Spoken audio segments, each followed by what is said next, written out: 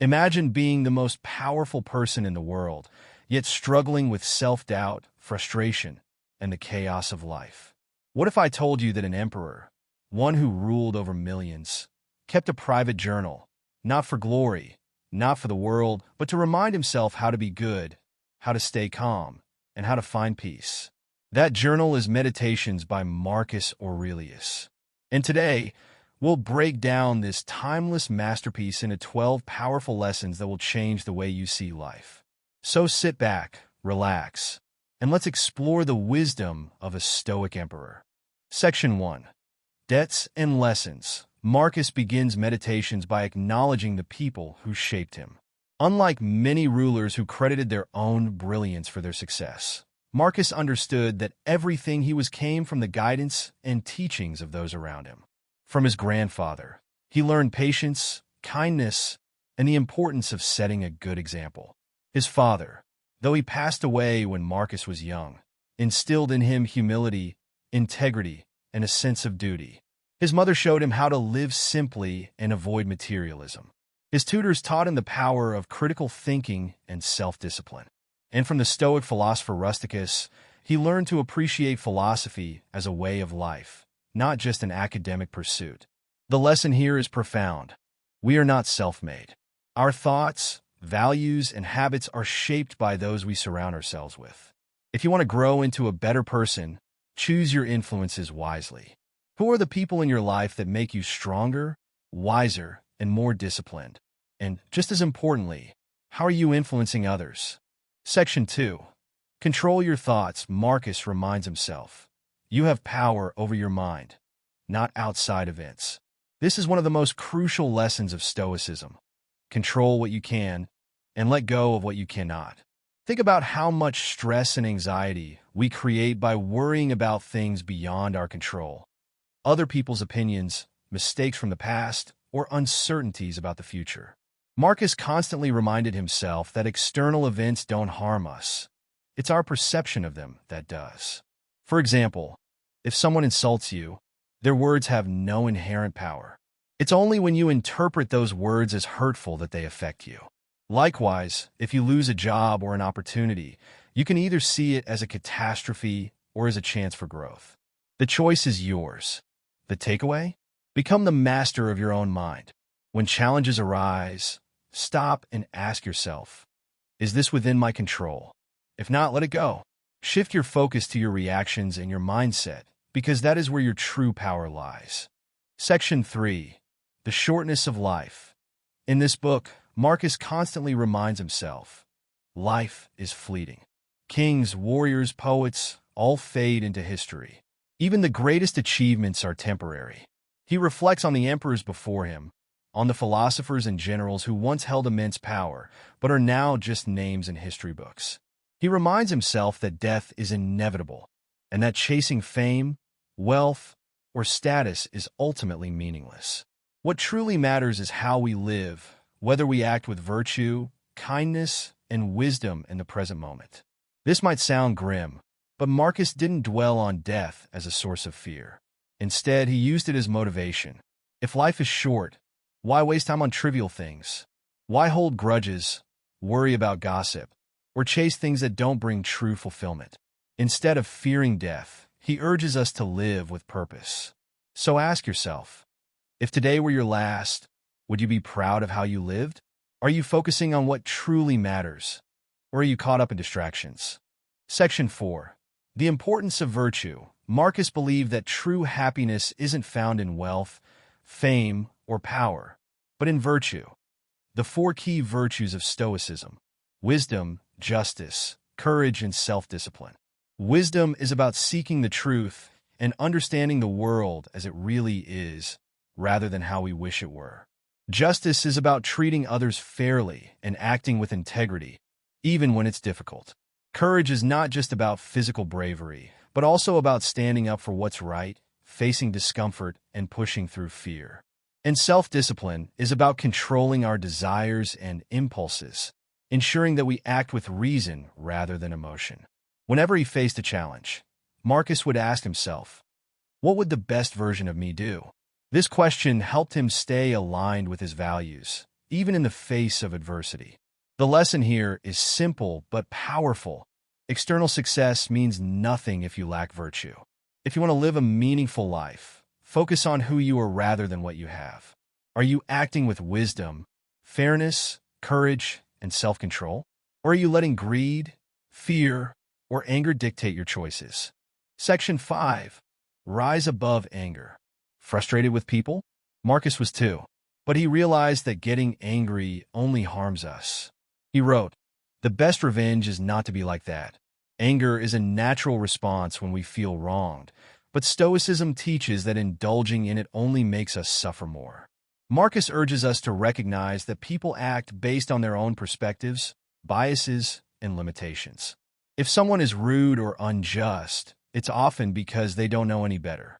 He reminds himself, when you wake up in the morning, tell yourself, the people I deal with today will be meddling, ungrateful, arrogant, dishonest, jealous, and surly. Instead of being shocked or offended, he expects it and chooses not to let it disturb his peace. But how do we rise above anger?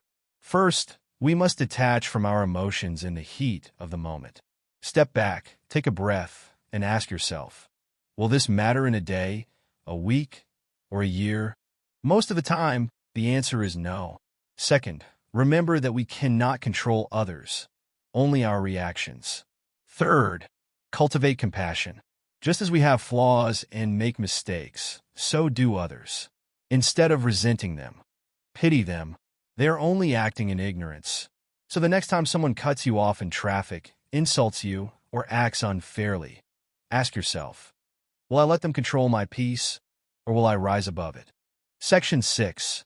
Embrace adversity. Marcus faced wars, plagues, and betrayals. Yet, he wrote, what stands in the way becomes the way. This is one of the most powerful ideas in Stoicism. Obstacles are not barriers. They are opportunities for growth. When we encounter difficulties, we often complain and wish things were easier. But Marcus teaches that hardship is the raw material for becoming stronger, wiser, and more resilient. Consider this. When a blacksmith wants to forge a strong blade, he doesn't use weak metal. He subjects it to fire and hammering. The same applies to us. Without challenges, we remain weak. It is precisely through trials, loss, failure, pain, that we develop character. How can we embrace adversity? First, shift your perspective. Instead of asking, why is this happening to me? Ask, how can I use this to grow? Second, accept that life is unpredictable and full of difficulties. Resistance only makes suffering worse. Third, practice gratitude. Even in hardship, there is something to be grateful for, an opportunity to learn, a lesson in patience, or a test of perseverance. The next time you face a setback, remember, the obstacle is not in your way. The obstacle is the way. Section 7. Do not seek validation. Why do we care so much about what others think? Marcus reminds us, most people are too busy with their own struggles to judge us. Humans crave approval. We want to be liked, respected, and admired. But seeking constant validation is a trap. It makes us slaves to other people's opinions. Marcus writes, it never ceases to amaze me. We all love ourselves more than other people, but care more about their opinion than our own. The truth is, no matter what you do, some people will approve and others will criticize. You cannot control their reactions, but you can control how much you let it affect you. Marcus advises us to focus on living according to our principles, rather than seeking external praise. How do we stop seeking validation? First, remind yourself that most people are not thinking about you nearly as much as you imagine. People are absorbed in their own lives.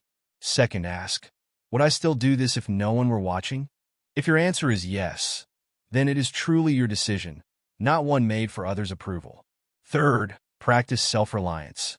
True confidence comes from inner alignment, not external praise. So live authentically. Act in a way that aligns with your values, and let go of the need for validation. True freedom is living for yourself, not for the opinions of others. Section 8. The power of the present moment. Marcus constantly reminded himself, do not let the future trouble you. Most of our stress and anxiety come from two sources: regret about the past and worry about the future. But Marcus urges us to focus only on now. The past is gone, and the future is uncertain. The only moment we truly have is the present. Imagine carrying two heavy bags, one filled with past regrets, the other with future anxieties. How much easier would it be to walk if you just dropped them both? That's the power of living in the present. How can we cultivate this mindset? First, become aware of your thoughts. Whenever you feel anxious, pause and ask, am I worrying about something I can control right now? If not, let it go. Second, practice mindfulness.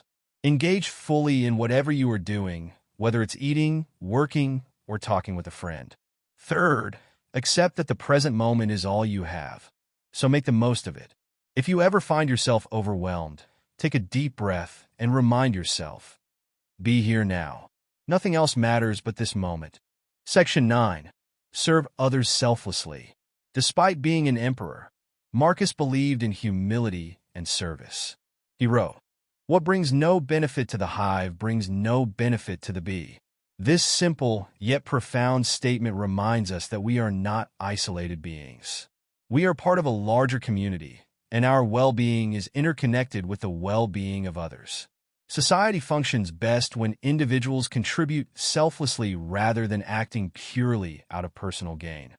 Marcus often reflected on his duty as a leader, not as a privilege, but as a responsibility to serve others.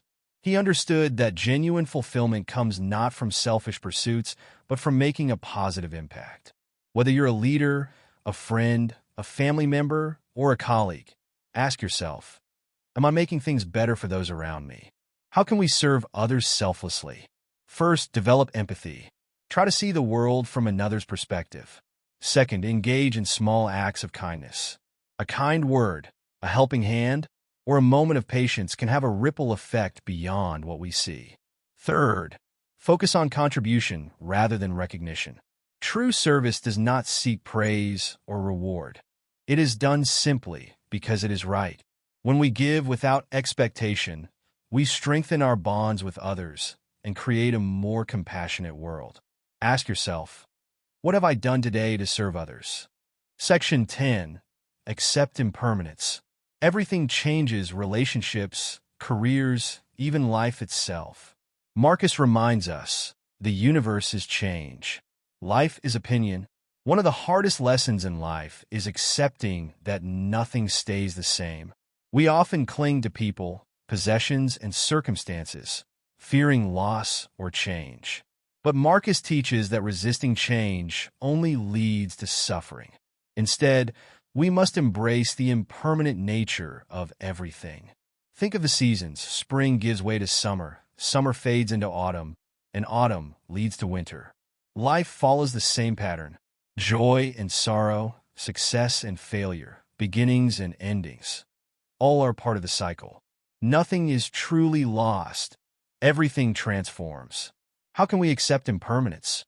First, detach from expectations. Recognize that nothing is guaranteed, and be flexible in adapting to change. Second, practice gratitude in the present. Instead of mourning what is past, appreciate what you have now. Third, remind yourself that change often leads to growth. Many of our greatest transformations happen because of endings that forced us to evolve. Rather than resisting change, flow with it. Ask yourself, what am I holding on to that I need to let go of? Section 11. Simplicity is key. Marcus could have indulged in luxury, yet he lived simply. He believed excess leads to distraction. In today's world, we are bombarded with messages telling us that happiness comes from more money, more possessions, more achievements. But Marcus saw through this illusion. He recognized that true happiness is found in appreciating what we already have, not in constantly chasing after what we don't. He wrote, "Very little is needed to make a happy life. It is all within yourself and your way of thinking." This is a powerful reminder that our external circumstances matter far less than our mindset. The pursuit of wealth and status can never fill an inner void. It only creates more desires.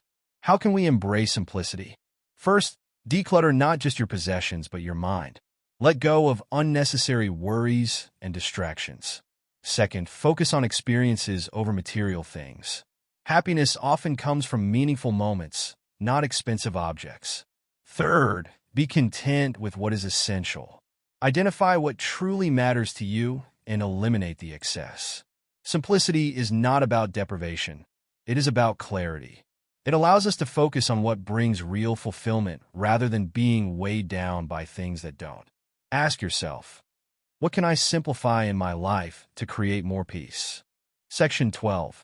Find peace within. In his final reflections, Marcus emphasizes one thing: inner peace. He knew power, wealth, and fame couldn't bring it. Only self-mastery could. The world is chaotic. There will always be problems, challenges, and uncertainties. But Marcus teaches us that peace is not found outside. It is found within. No matter what is happening around us, we have the power to cultivate a calm and centered mind. He wrote, "You have power over your mind, not outside events. Realize this, and you will find strength." This is the essence of Stoicism. External circumstances may be beyond our control, but our responses are entirely up to us. When we stop seeking peace from external sources and instead focus on mastering our own minds, we become truly free. How do we find inner peace? First, accept what you cannot change. Fighting against reality only creates suffering. Second, practice mindfulness. Be present in the moment rather than being consumed by regrets or anxieties. Third, live according to your values. When your actions align with your principles, there is no inner conflict, only clarity and calm. Inner peace is not something we wait for. It is something we create. The more we cultivate it within ourselves, the less the external world can disturb us. Ask yourself, am I seeking peace in the right place? And that, my friends, is Meditations by Marcus Aurelius. 12 powerful lessons from a Stoic emperor. If this resonated with you, hit that like button, subscribe for more book summaries, and comment below which lesson hit you the hardest. Until next time, stay strong, stay wise, and keep growing. See you in the next one.